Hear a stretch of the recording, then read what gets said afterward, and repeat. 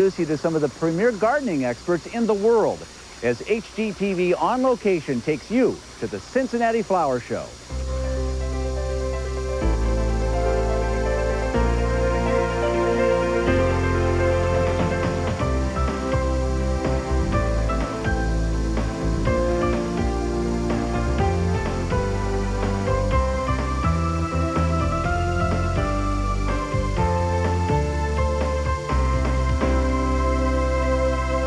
This is the 6th year of the Cincinnati Flower Show, held here in beautiful Alt Park.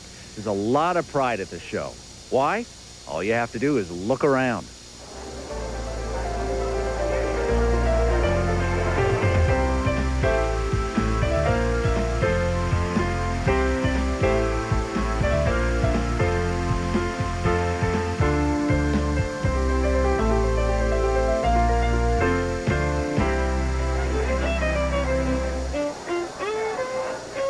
The show kicks off with a black tie gala preview party. And over the next 4 days, an estimated 75,000 people enjoy the work of over 700 exhibitors. But it takes more than flowers to make an award-winning flower show. It takes people, 35 designers, 300 horticulturists, over 600 volunteers, and, of course, one person who oversees everyone and everything. Well, certainly to mount an effort like the Cincinnati Flower Show, you have to have somebody who's got a terrific vision and a lot of drive and vitality. And I want you to meet Mary Margaret Rochford, who is the president and the director of shows. Mary Margaret, how are you? Good to see you. I'm well, thank you. Welcome to Cincinnati. We're delighted to have you here. Yeah, well, thank you for inviting us. This is a fabulous show, but it's taken a bit to get it to this level, hasn't it? Yes. Give us a little bit of the history of the Cincinnati Flower Show. The show has been around for 6 years, although we're very small, relative to some national shows, international and national shows such as Philadelphia and Chelsea. But we have developed a reputation for having the finest quality of horticulture. And that's our benchmark. And each year we do our very best to make sure that it keeps those standards. You've got really good-looking flowers. That's the key. That's right, exactly. We haven't heard that way before, but that's it. Good-looking flowers. Well, that's very good-looking, and plant material. Now, to put all this together, what are we looking at here? This is a pretty big event. Give me some of the basic stats. Well, I think the event actually is in a 200-acre park. It's the only truly fully outdoor event flower show in the United States. It's all under tent. It's about 82,000 square feet of tenting. And if you consider the average home is maybe 2,500 to 2,000 square feet, that's a lot of tenting. And the theme this year, as we will talk about ad infinitum during this next hour, is? In your own backyard. My favorite feeling about the flower show is that if you have 59 cents, you can buy a package of seeds, and the sun rains and shines on the pauper alike. So you can have a garden. You can have something to enjoy. It doesn't really matter what your socioeconomic bracket is. You can have a wonderful one pot, or you can have an estate. Horticulture is for everyone. And there really is something here for everyone. Splendid Spaces incorporates flowers with antique furnishings and unusual props to give you great ideas for your home. The dramatic table settings display was inspired by the beauty of New York's famous Tiffany tables. How about this setup at your next garden party? There are great ideas from the creations of amateur as well as professional floral designers. And beautiful displays and exhibits for every kind of garden, no matter how extravagant or how simple. There's even a place for the gardeners of tomorrow to learn how to develop a green thumb. Very gently tap in the dirt. Helping make the show a success is Ashley Stevenson, former gardening expert for England's royal family. What should one try to get from coming to a flower show? If the regular gardener, what should he look for? Well, I think you're looking for ideas, basically. You see, the gardens in America are somewhat different to the kind of gardening which we do in Britain. But regardless of what it is, you can pick up your ideas as you come here. You come in and you go through the exhibits, and you see the way in which an exhibitor has used maybe a tree in conjunction with some shrubs, how they've planted them, how they've blended the color, how the difference in form and foliage, the difference color, the way they've covered the ground. This is all ideas which they can take away and use at home. And the use of plants. I mean, here you are. All of the plants in the exhibits should be named. Hasn't quite worked, well, but we're working on it. We haven't got them all named. But here, if you want a plant in your garden, you come here and you say, that's the plant, that's the one that will fit just there. So you come to the flower show, and if there is anything you're looking for, if there is anything you want, it's here. All you've got to do is to look for it.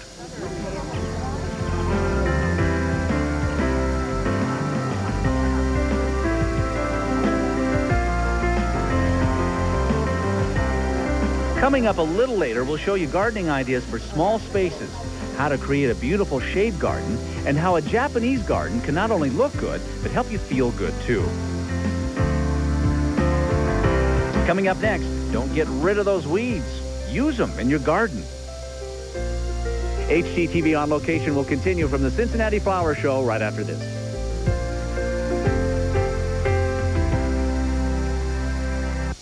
Hi, I'm Joy Philbin. We'll show you how to turn your home into a haven. Saturday night at 7:30 Eastern on HGTV.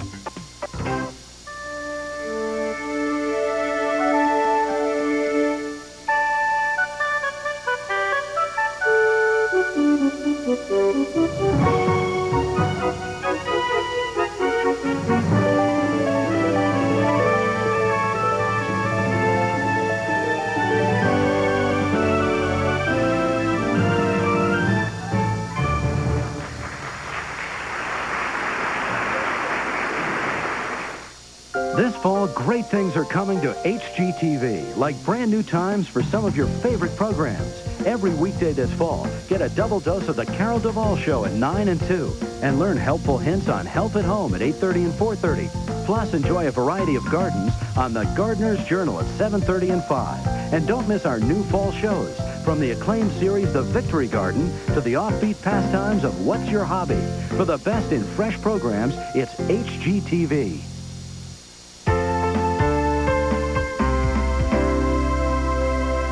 Boy, now here is a scary picture. Does your yard look like this? Overrun with thistle and dandelion and smartweed and sumac and heavens knows what else. Maybe even a little graffiti. Well, if you got a late start on your gardening this year, I want you to meet a man who can tell you how to turn your yard from this to this. And wow, what a difference. I want you to meet the gentleman who designed this urban, what is it? Is it urban thicket. Urban thicket. That's not like Alan Thick. No. Completely different. Urban thicket. This is Warren Klink, and Warren is the landscape architect who designed this urban thicket, and it's a great thicket. How'd you get all those weeds out there? Collected them on one of my bicycle rides. I bet. Warren, are all weeds, are weeds good or bad? Weeds are weeds if they're in the wrong place. And frequently we don't know enough about them. And if we did, we might say, hey, they would be a nice perennial. So let's just hold back on the chemical sprays and maybe give them a chance. And deadhead them if we think the seeds are going to spread. And, hey, let's give them a couple years. All right, that's on the outside out here. But then we come inside the urban thicket. And are these all weeds? Not all weeds, but we wanted to give some contrast to the kind of cultivated plants out there to the ones offered in our local garden stores, and contrast the difference and show you the opportunities you could explore with these weeds. Well, give me a couple of examples. Let's talk about a few of them. Well, one of our most intriguing ones is the goutweed or Igopodium, which grows in sun or shade and requires very little care, grows to be about 6 to 8 inches tall, and requires almost no water. Oh, I like that. It gives a nice reflective quality on the kind of the forest floor, and offers a great contrast to some of the darker leaf plants. What do you have right in back of it there? That's Caryopteris or hybrid bluebeard, and it gives this delicate little purple flower. Behind that is Echinacea or purple coneflower, and above that are Verbena bonariensis, which is great against like a brick wall or wooden fence. Give me some tips for the urban gardener. What are some do's and don'ts? Well, first of all, you might want to consider giving up some of your lawn for this kind of beauty. Lawns are monocultures, and frequently weeds love, that's an opportune place for them to grow. So why not say, look, we could create a little thicket and privacy, wildlife habitat versus the chemical-induced lawn. So how about size requirements and things like that for urban gardeners? We always like to consider the size of a plant so that we aren't turning ourselves into perpetual bonsai artists. If we know that a plant is going to grow to be 12 feet tall, we'll not plant it under the eaves of a house. And we don't want to create bushes that look like perpetual haircuts. We also want to consider light requirements, because you wouldn't want to plant a shade-tolerant plant in full sun and expect good results. You'll get less than desirable outcomes. Yeah, you get that wilting lily look. Wilting lily. And you're not going to be able to show off to your friends very well if you're the wilting look kind of gardener. So if you just research your plants a little bit more before you plant them and know their requirements and some of their soil characteristics, maybe we could select in things more intelligently so we aren't always tearing out the garden and reinstalling something new again. How many years you been to the Cincinnati Flower Show? This is our 6th year. 6 years. So you've been here since the start? Yes, and every one of them's been different, and that's what we love to do. We love to give people a little cutting-edge kind of thinking. And how much, what do you use, more nitrogen or more phosphate on your mustache? I trim it once a month, whether it needs it or not. Hey, Warren, thank you very, very much. This is a great urban thicket. Good talking to you. It's terrific. In fact, why don't we take another little look at some of the terrific plants and plant material that Warren Klink put into his urban thicket.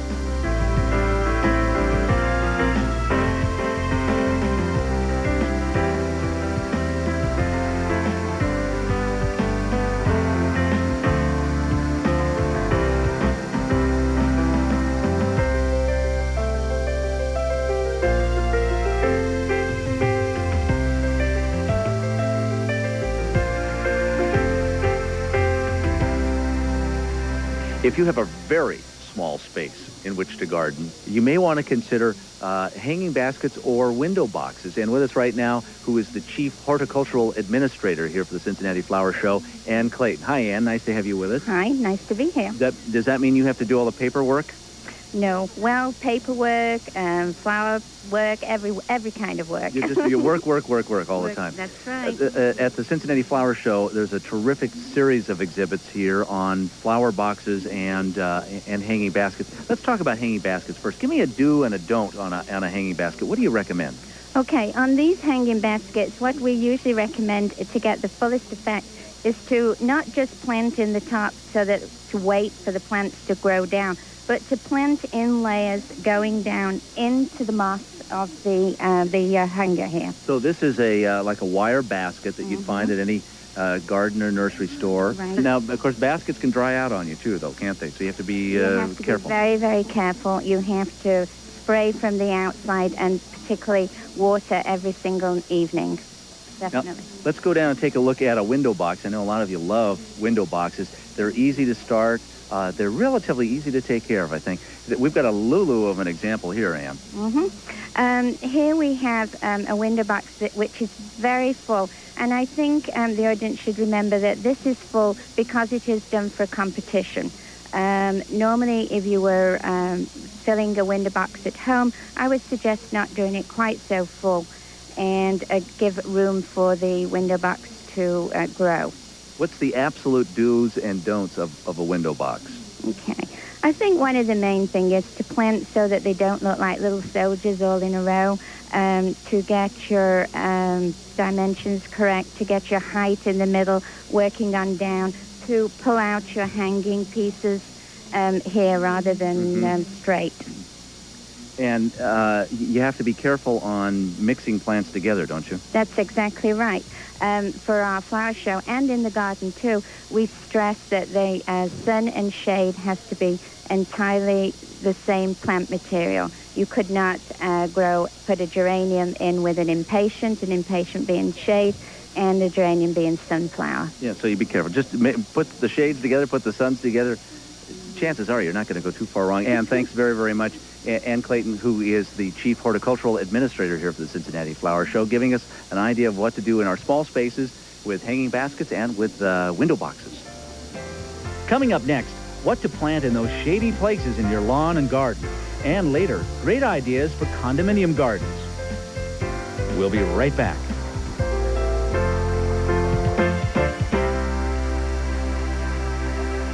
HGTV shows you all you need to know about the family pet.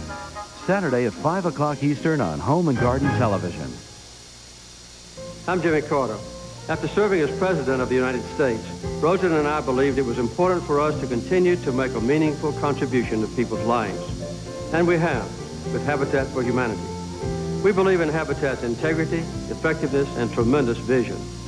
With Habitat, we build more than houses. We build families, communities, and hope. Join us and be a Habitat partner.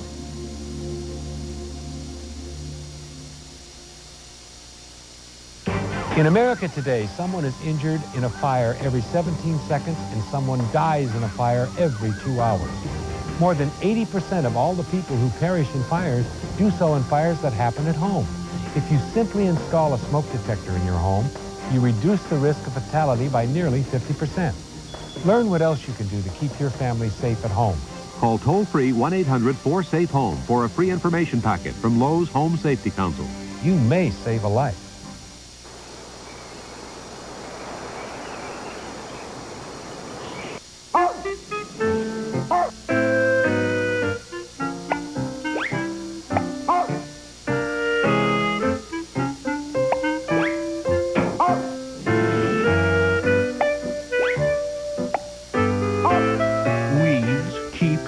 Back.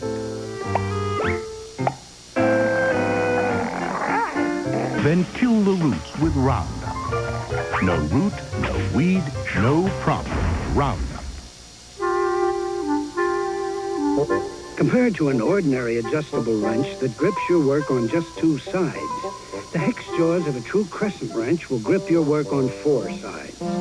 That's why a real Crescent wrench seats better, grips tighter, and applies more force to the work.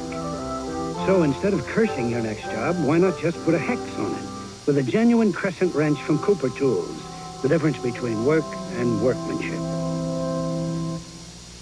Why do smart shoppers choose Hancock Fabrics, Minnesota Fabrics, and Fabric Warehouse? One of the things that I like about the store is the willingness for the people here to help you find whatever it is that you're looking for. You can ask them any question in the world, and believe me, they'll know the answer. If they don't, they'll find the answer for you. They're very knowledgeable in the field of sewing in different aspects, different ideas that I might not have thought about. It really helps out a lot. Not only saves me time, but it saves me money.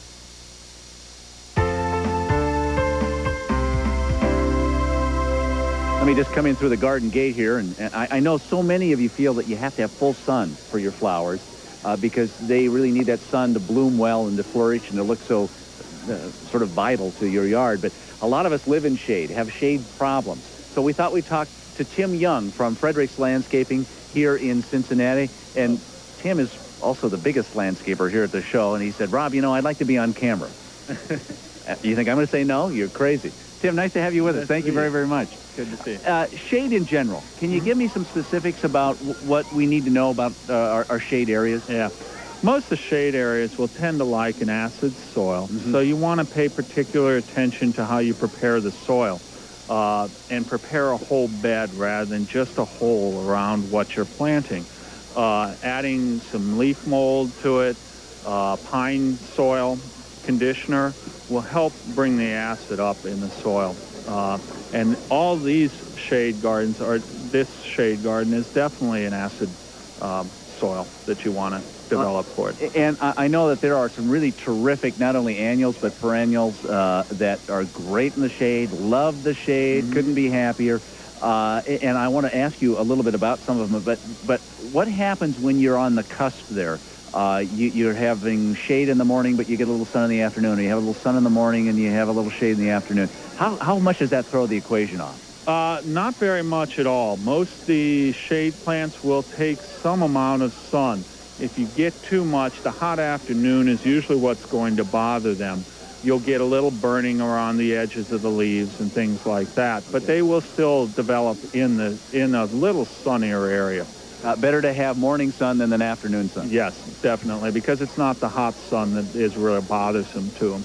Hey, talk us through some of the plants that you have here in the exhibit. Let's maybe start up by the path coming down closest to the grass, which, by the way, is a real neat little look because it's got a nice curve to it, huh? Get that straightness out of your lawn. Yeah, you want to have nice curves because it helps add adventure to the landscape. We have as a border, a nice annual called Impatience. This particular white one's to really set off the difference between the grass area and the bed area. Behind that is a nice, beautiful ground cover, evergreen ground cover called Pachysandra. Is there a popular name for it? Pachysandra. Sure, that's what I thought. We have some ferns to give a nice, delicate leaf foliage to it. And then we move into the azaleas and rhododendrons, which add beautiful, vibrant spring colors. The hostas, which are some of my favorite perennials, give that great big leaf that's so great contrast in the finer leaves. If you can grow hosta in your area, you got to do it because they're such a fun plant. They're nothing over the winter, and all of a sudden they come in and they're big and leafy and really got some good kick to them. And some of them get huge. There's some hostas that will get 36 inches. That's about up to your ankle, by the way. About knee size. The Ciboliana elegans over here, this blue one, that is a variety that will get about 30 inches. 32, somewhere around in there. Tell me about some of the trees, too, that are right here. The dogwood is a good understory tree. Under large shade trees does well. Will not do well out in the lawn as a lawn tree where it gets full exposure to sun, and that tends to not like that area as much. Okay, and just finally, a couple more things. You've got looks like an evergreen bush here and some type of a primrose or something? That's a perennial called Bergonia. It gets the nice large leaf and a red fall winter color to it. It likes moist areas in the shade, gets that beautiful bloom this time of year. The nice evergreen, which is a good staple, you need to add some good evergreen to any garden, is Taxus runions. And it's a nice low mounding taxus. It has an excellent winter color. Will stay real good and dark green for you throughout the winter. Tim, thank you very much. First of all, a wonderful exhibit that you put together here. And the bottom line is don't be afraid of the shade. Thank you. Yeah, definitely. Some of the best plants are for shade. Okay, now you can take your elevator shoes off now, Tim. Tim Young from Frederick's Landscaping here in Cincinnati.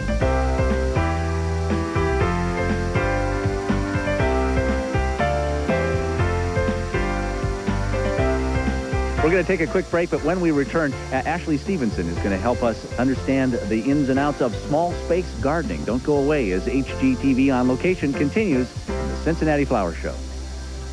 Color, bouquet, taste. Hi, I'm Spencer Christian. If you love wine, you won't want to miss my new show. Join me on Home and Garden Television. Saturday at 4 o'clock Eastern on Home and Garden Television. Who taught you how to shave your legs? Your mother? You start with a bar of soap, work up a good lather. Sometimes I use your father's shaving foam. Skintimate Shave Gel has a rich blend of 8 moisturizers, including vitamin E. True, soap may dry your skin. Skintimate protects against the nicks and dryness a soap and water shave can cause.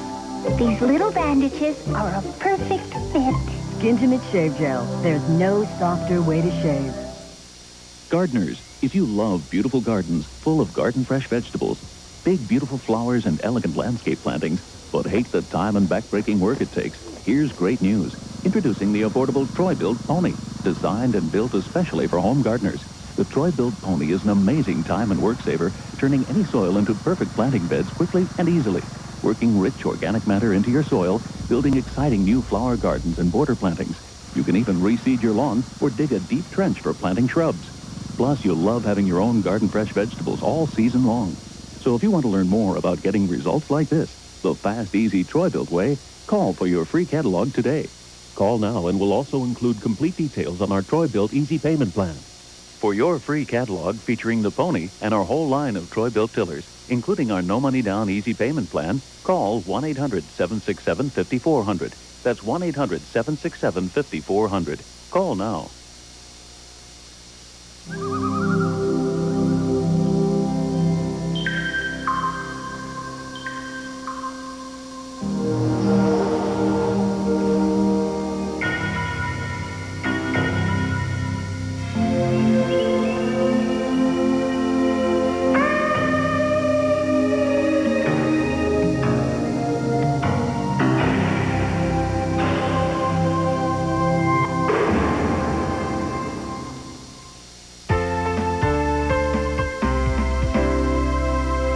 Welcome back to the Cincinnati Flower Show. Our guest is Ashley Stevenson, who's the retired bailiff of the Royal Parks and Palaces in England. Basically, he's Mr. Buckingham Palace, as we refer to him around here. He knows the Queen. He knows what she likes and doesn't like in her garden. But more importantly, Ashley Stevenson has been working with the Cincinnati Flower Show for 6 years, helping them as a consultant. And I'd like to talk about small space gardening. I know a lot of you may have a small area in back of your condominium or even a little area outside your apartment. Is that a lost cause, or is there hope for small spaces? There's a great deal of hope for small spaces. I mean, the majority of people will not have the big, large gardens. The majority of people have got a little small backyard, just a few yards here and there.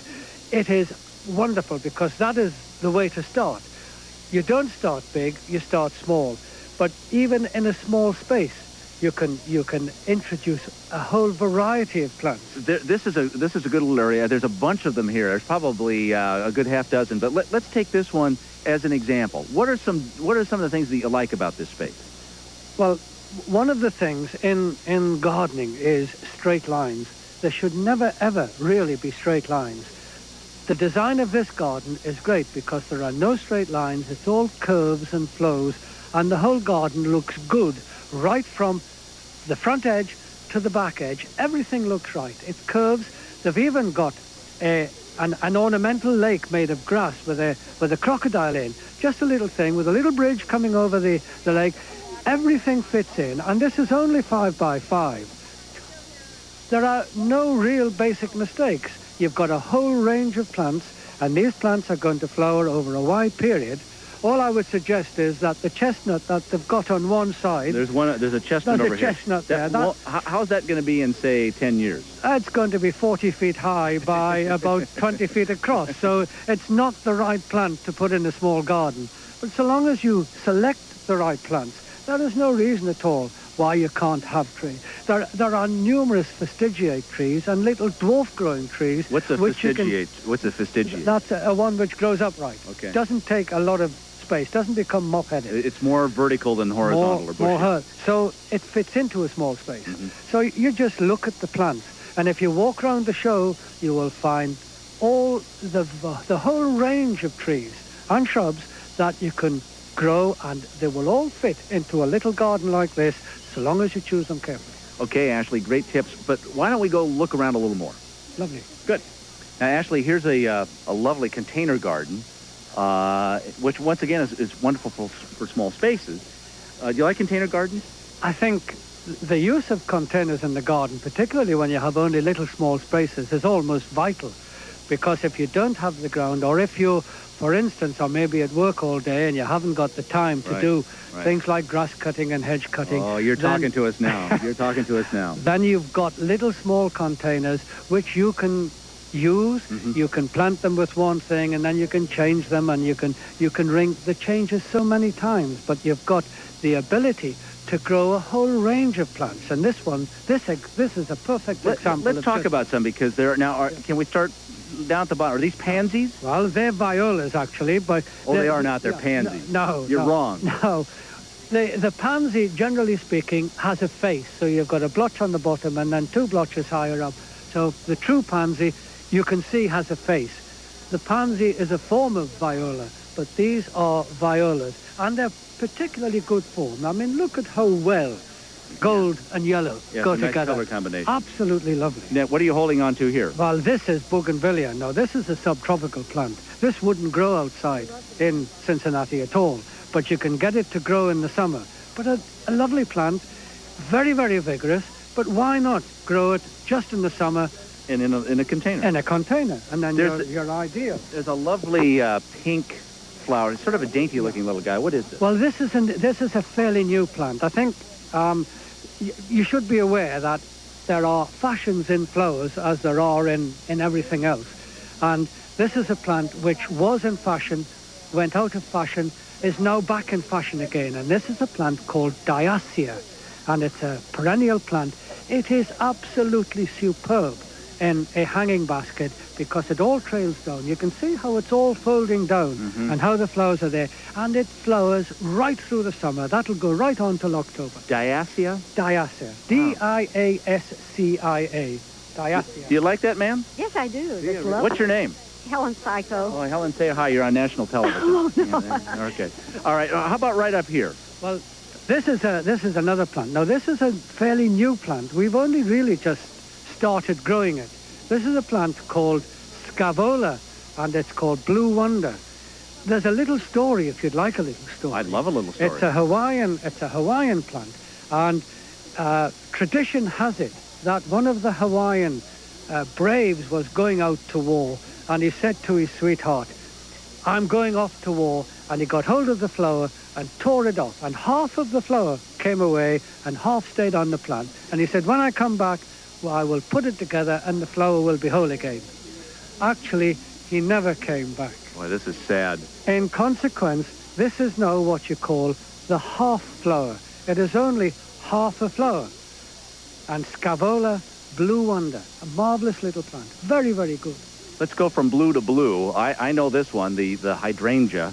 Hydrangea is a marvelous plant. It's a marvelous plant for almost anywhere. You do know that when they're blue, the soil is acid. When they're pink, the soil is alkaline. So this has been grown in an acid soil, but a lovely blue. Now this is an attractive plant, really right from the beginning. It'll start flowering now.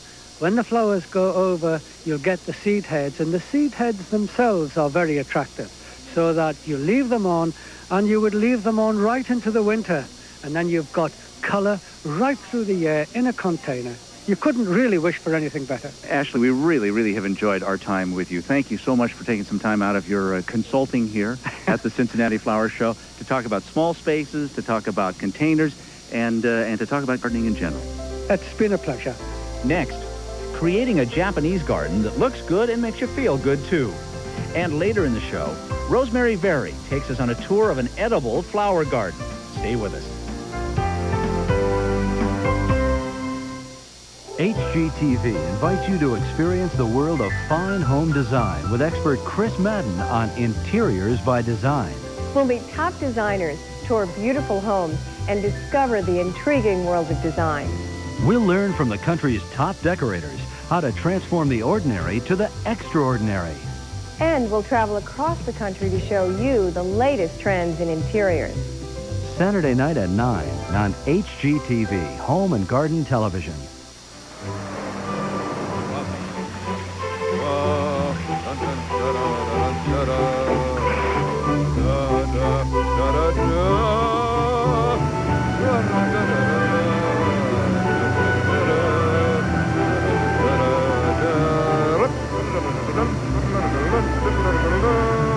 Fasco bath bags. Nothing else clears the air so quickly, so quietly, so completely. There's a place where UV rays beat down so mercilessly they're nearly twice as intense as the sun's. No, it's not some blazing spot in the equator. It's the Dutch Boy Paint Testing Facility, where we test our exterior house paints to make sure they resist fading, blistering, and peeling. It's one of over 75 tests we do to make sure that when you buy Dutch Boy, you're not just getting a paint that looks beautiful. You're getting a paint that lasts. We guarantee it. Give your home the lasting look of Dutch Boy. Finding you have more family than house? Tired of off-the-rack houses that all look the same and still don't quite fit? Afraid of living in someone else's expensive dream or nightmare? Find a home that really fits your needs with design books from Home Planners. Colonials to contemporaries, farmhouses to Santa Fe's, Home Planners has the home design that's just right for you. And each of our designs is backed by complete construction blueprints so you can actually build the homes you see in our books. Home Planners is offering our best-selling books containing over 1,200 beautiful home designs for only $19.95. Order now and we'll include a portfolio of our newest designs absolutely free. Call 1-800-627-6766 now for Home Planners Design Library and begin making your dream a reality. Call 1-800-627-6766 or mail $19.95 plus $3 shipping and handling to the address on your screen. Don't just dream it, build it with the help of Home Planners. Let's talk a little bit now about Japanese gardening, and to do so, I found the best pair of earrings here at the Cincinnati Flower Show. Maggie Oster, and Maggie is the author of Reflections of the Spirit, Japanese Gardens in America, so she really knows her stuff. Maggie, nice to see you. Nice to see you, Rob. And those earrings are something. Hey, they're the only bugs I have in my garden, of course. Well, that's very, very good. Japanese gardens, I think, intimidate people. Some people, because they seem fragile, they seem like they need a lot of upkeep, a lot of work. True or false? Both. Yeah. Z, all of the above. Okay.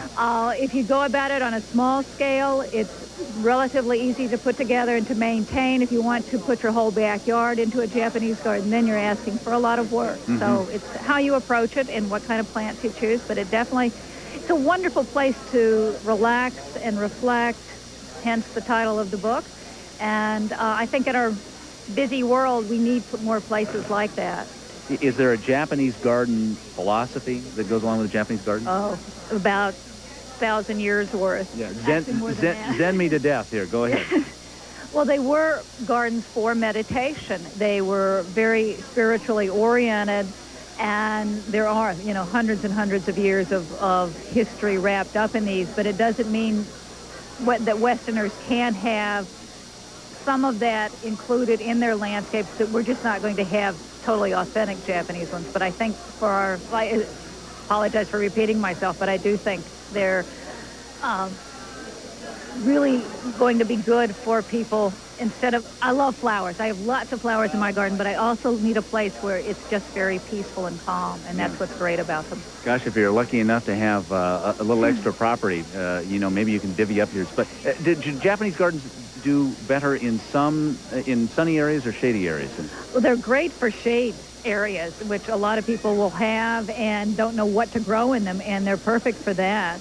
You can grow them in sun. I wouldn't want to say if you only had a sunny area you couldn't, but they're great for shade areas. I want to just show this exhibit a little bit. This is done by Natorp Landscaping Organization here in Cincinnati. They've done a terrific job. This is getting a lot of attention at the Cincinnati Flower Show.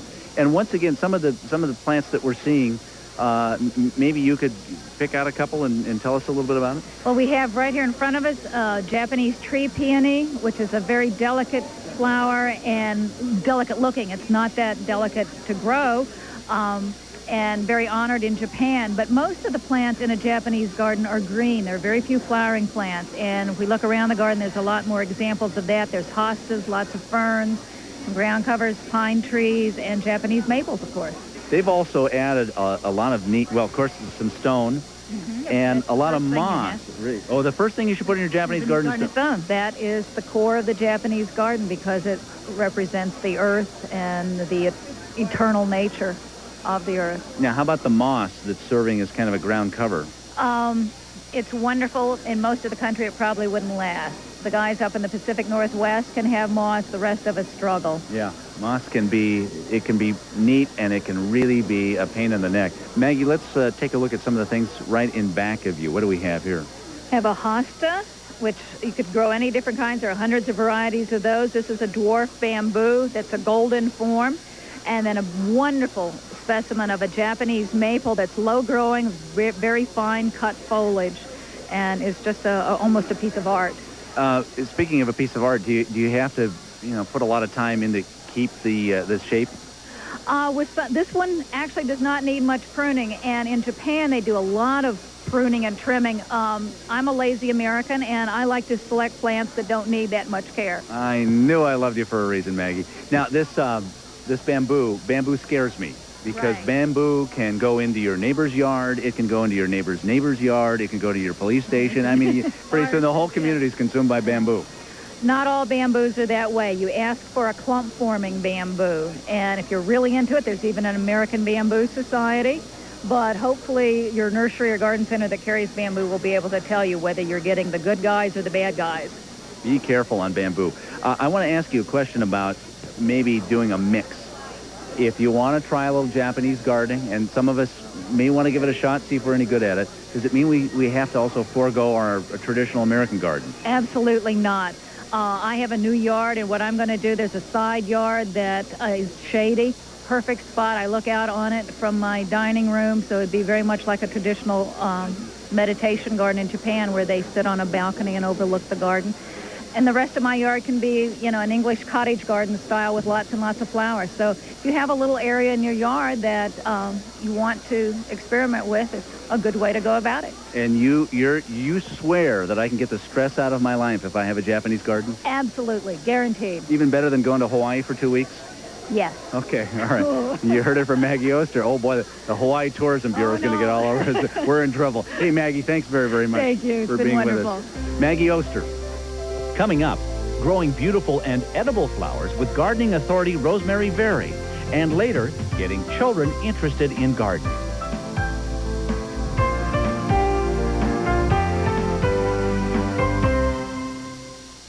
When it comes to lawn and garden products, we're making a name for ourselves because we guarantee they're built tough from the ground up. That's ACE, the name to know for lawn and garden. And now, here's another HGTV home improvement tip. Let me show you an easy way to hang a picture. First, take a yardstick, drive a nail about halfway through. Then we'll take the picture and put it on that nail, get it exactly into place where we want it, take the picture off the nail, and then add a little bit of pressure to this. Now we've got a mark. We know exactly where to put our hanging device. This HGTV home improvement tip is brought to you by Ace Hardware. When it comes to paint, we're making a name for ourselves because we make our own and guarantee its quality. That's ACE, the name to know for paint.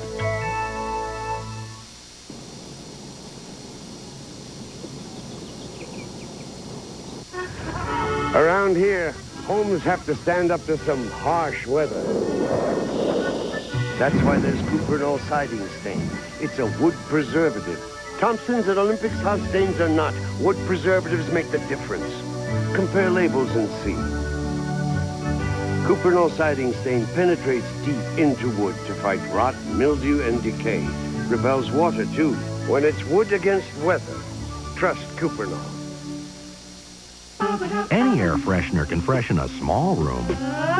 But what about a large room? Plug it in, plug it in. Introducing Glade Plug Ins for large rooms, the first air freshener specially designed for your largest rooms because it gently warms not one, but 2 cartridges for large room freshness. Plug it in, plug it in. Fresh and big and tall. Fresh and wall to wall. Plug it in, plug it in. Plug into large room freshness from Glade, S.C. Johnson Wax.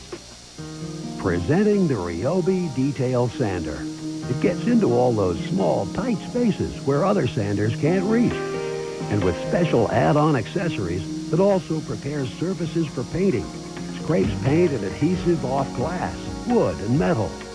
Even polishes and buffs to a brilliant finish. In fact, you can use the Ryobi Detail Sander any place your imagination takes you. Popping with flavor, more flavor than ever, and this fast too. It's the right thing to do. Popping with flavor. Pringles right crisp flavors, they're new. And the taste indulging, right thing to do. Tangy sour cream and onion, now more flavor on the chip. Less fat and less squeeze across your lips. Popping with flavor. Pringles right crisp flavor. Once you pop, you can't stop.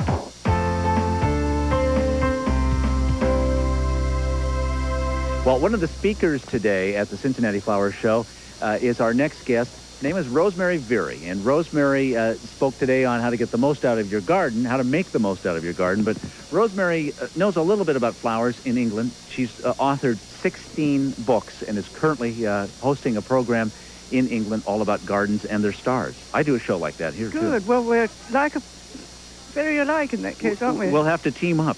We should do. When can we start? Well, as soon as we can find a celebrity walking around here, I think you and I are on. Good. Well, that's good news. Rosemary, I'd also like to say that we're in an exhibit right now put together by Linda Kreidler with a company called Perry Diaz, and it's Flowers to Devour. And all these flowers are edible. It's brilliant, I think. Do you believe that? Yes, I do. Why this stand pleases me so much is because I enjoy my vegetable garden, which I call the potager, just as much as I enjoy my flower garden, because you can get marvellous, just as colourful results.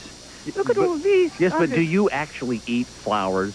Well, I eat the leaves and the flowers. It's lovely putting marigolds into your salad, and I don't think I'd eat begonias, but you could perfectly well eat some of those primula heads. Sure. And just if you look behind you here, Rob, you can see there is a scarlet runner bean.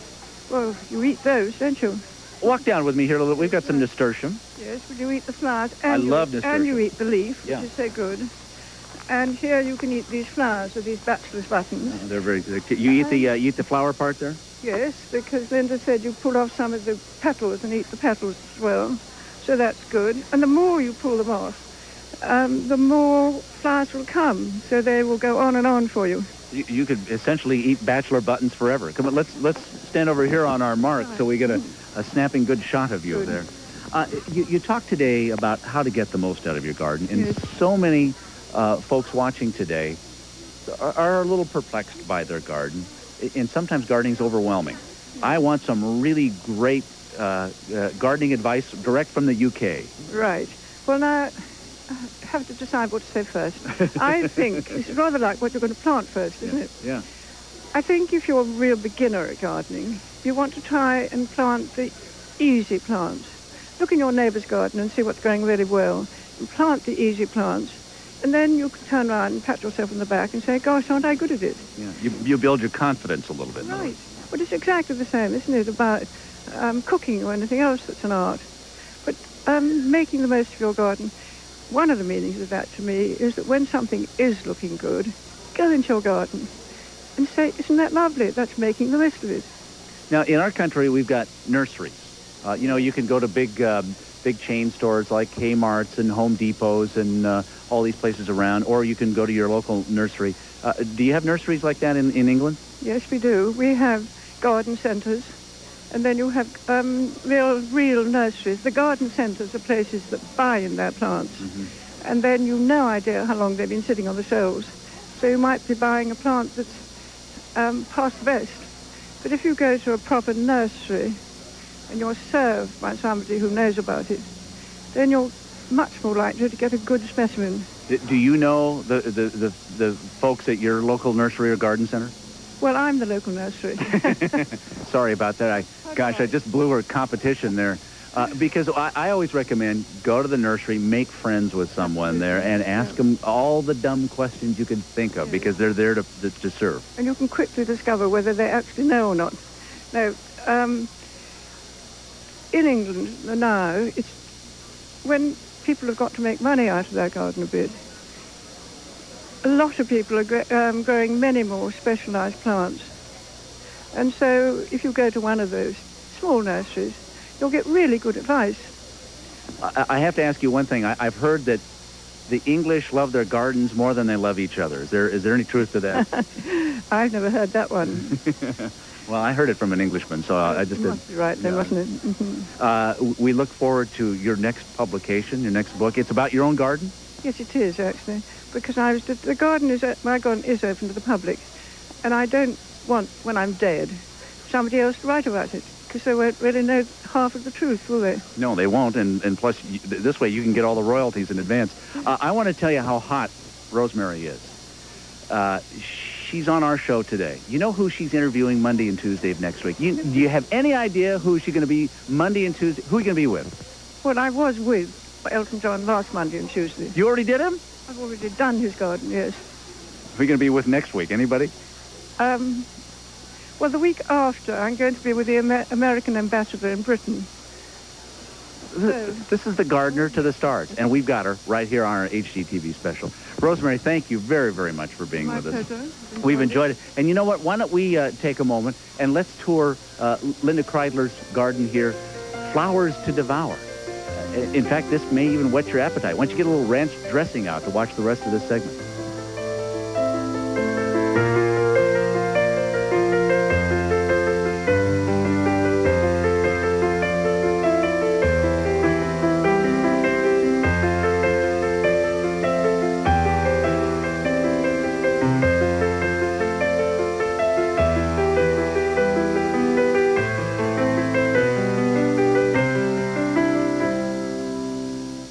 Now you can tour one of America's most spectacular garden shows anytime. To order your very own VHS copy of HGTV's On Location, the Cincinnati Flower Show, call 1-800-327-8375. Call now. The cost is $14.95 plus $3.50 shipping and handling. Have your Visa or MasterCard ready. Is it trash? Or is it treasure? Sold.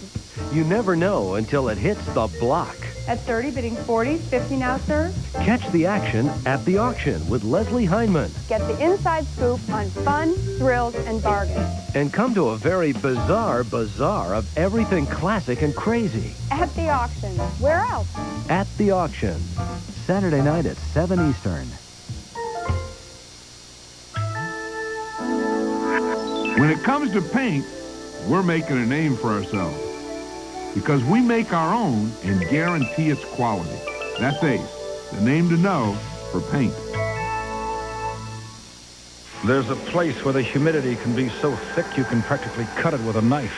And spaghetti sauce flies through the air with wild abandon. It's the Dutch Boy Paint Testing Facility, where we put Dutch Boy kitchen and bath paint through over 70 tests to be sure it resists moisture, peeling, and even staining. All to make sure that when you buy Dutch Boy, you're not just getting a paint that looks beautiful. You're getting a paint that lasts. We guarantee it. Give your home the lasting look of Dutch Boy. Presenting a better way to see and a free trial offer to see it for yourself. Hello, everybody. I'm Pat Riley. If you've ever worn contact lenses, you know what this equipment's for. But now there's one-day Acuvue. Just wear them a day and throw them away like I do. No fuss, no clutter. Just brand new lenses whenever you need them. As for this equipment, Try the new lens you wear for a day, then throw away. Call 1-800-639-1DAY now. You'll get a certificate good for 5 free pairs of one-day Acuvue. Just bring this to your eye doctor. Whether you wear ordinary contacts or glasses, this offer will win you over. But an offer this good can't last forever. So call now to get your certificate for a free 5-day supply. Then, just like Pat, you can throw away all the bother of ordinary contacts. Come on, pick up the phone. Call 1-800-639-1DAY. Give one-day Acuvue a shot. if you're looking to simplify your life, you can't miss it. HGTV is always throwing a party. That's unbelievable. Host Heidi Bohay's got all the do's and don'ts of planning a successful party. I love my job. Party at Home, Saturday at 4:30 Eastern on Home and Garden Television.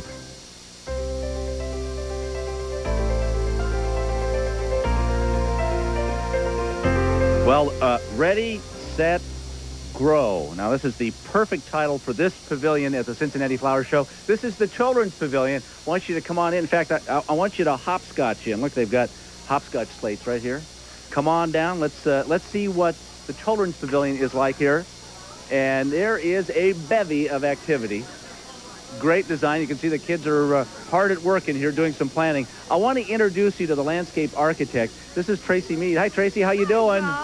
Thank you for taking a little time here. This is a great pavilion, Trace. Thank you very much. We love it. How do you design a children's garden?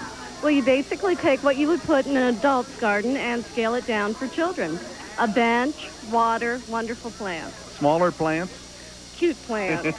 They have to smell good, they have to taste good, some of them are edible, and they have to be pickable.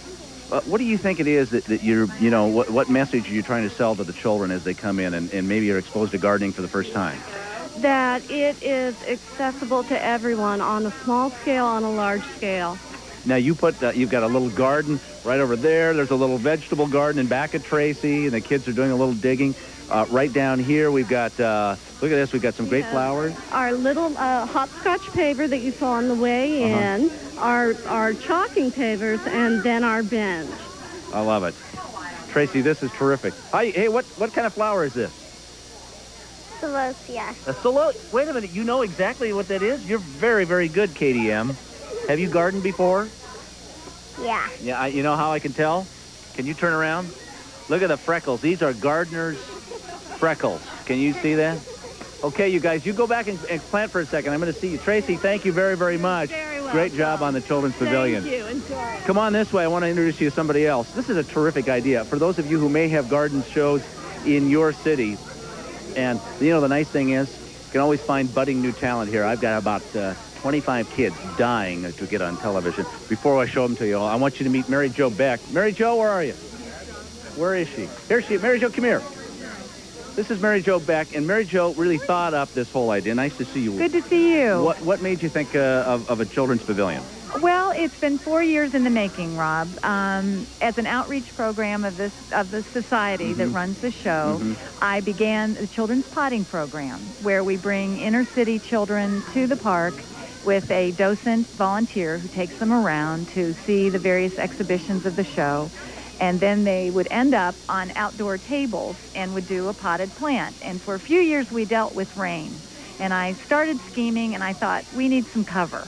So my little program that started with 3 schools that this year increased to 400 children who visited. You've got 400 kids come through the tent in the next few days. Yes. Well, we actually did it in one day. Oh, my heavens. It was a major effort. I'd say that's definitely a Excedrin headache number 34. It was indeed. Yeah. But we survived, and you can see the tent is as wonderful today as it was yesterday.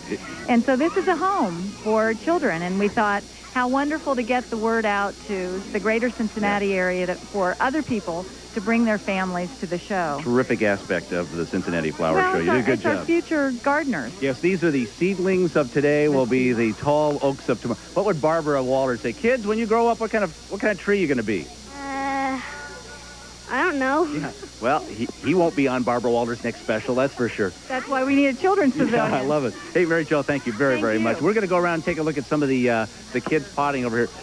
Come on with me here. You can see what they're doing. Hey, gang, how you doing? What are you planting over here? What are you learning? What is this stuff? Tell him, Lauren. Pink powder, puffs, and flowers. Very good, Lauren. Terrific. And have you guys ever planted flowers before? Yeah. You have? Oh, so you're experienced gardeners. Yeah. Oh, I'm pretty envious. Do you have gardens at home? Yeah. Yeah. What's your name, big guy? Josh. Josh, turn around. Everybody turn around. Look at the camera. Everybody say, plant flowers. 1, 2, 3. Plant flowers. Okay, very good. Let's go over here. There's one more.